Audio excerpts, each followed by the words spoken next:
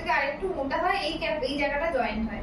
অনেক পেশেন্টের ক্ষেত্রে হচ্ছে এই বড় ক্যাপটা খুলে খাওয়াতে হয়, আর অনেকের ক্ষেত্রে ছোটটা কিন্তু কম ইউজ, ওটা এই জায়গাটা কেটে যায় বলে তাই এটা ইউজ হয় না।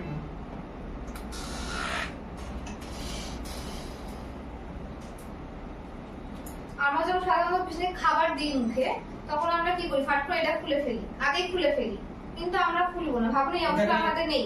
ওটাকে ভাঁজ করে ওটা যেন হাওয়া না এই যে ভাঁজ করছে এইভাবে ধরছে, এই জিনিস হচ্ছে এই ফোল্ড করলাম, এই ফোল্ড করলাম, তারপর জিনিসটাকে খুললাম, খুলে এরপর এটাকে দিলাম।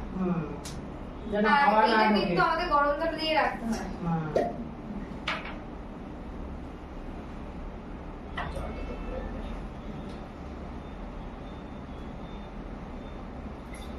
পেশেন্টের ক্ষেত্রে মেজারমেন্ট করা থাকে যে কতটা সে খাবার পাবে, কারোর থাকে হচ্ছে 200, কারোর 100 মেজারমেন্ট করা থাকে। আমি ছাড়ছি না বলে কিন্তু যাচ্ছে না, এই হালকা যাচ্ছে, আমি ছাড়লে কিন্তু জল পাস হবে না। এই চলে যাচ্ছে, খাবার শেষ হওয়ার আগে কি করতে হবে, আমাকে লক করতে হবে।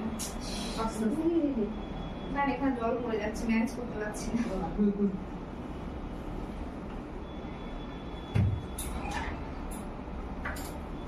এই যে আমি ছাড়লাম, যখন 10 থাকবে তখনই আমাকে এটা লক করতে হবে। তো এখানে দুটো করে আমার একটা অসুবিধা হচ্ছে, এটা বেরিয়ে যাচ্ছে, ধরতে হচ্ছে এটা আমাকে এখানে। এটা বুঝতে পেরেছেন? খাবার আপনি এখানে দিলেন, এখানে লেখা আছে 60 ইনফিউশন, চেষ্টা করুন 50 মেজারমেন্ট রাখার জন্য। এরপরে 200 দেবেন না 4 বার দেবেন, 200 হয়ে যাবে, তারপরে জল দিয়ে দেবেন।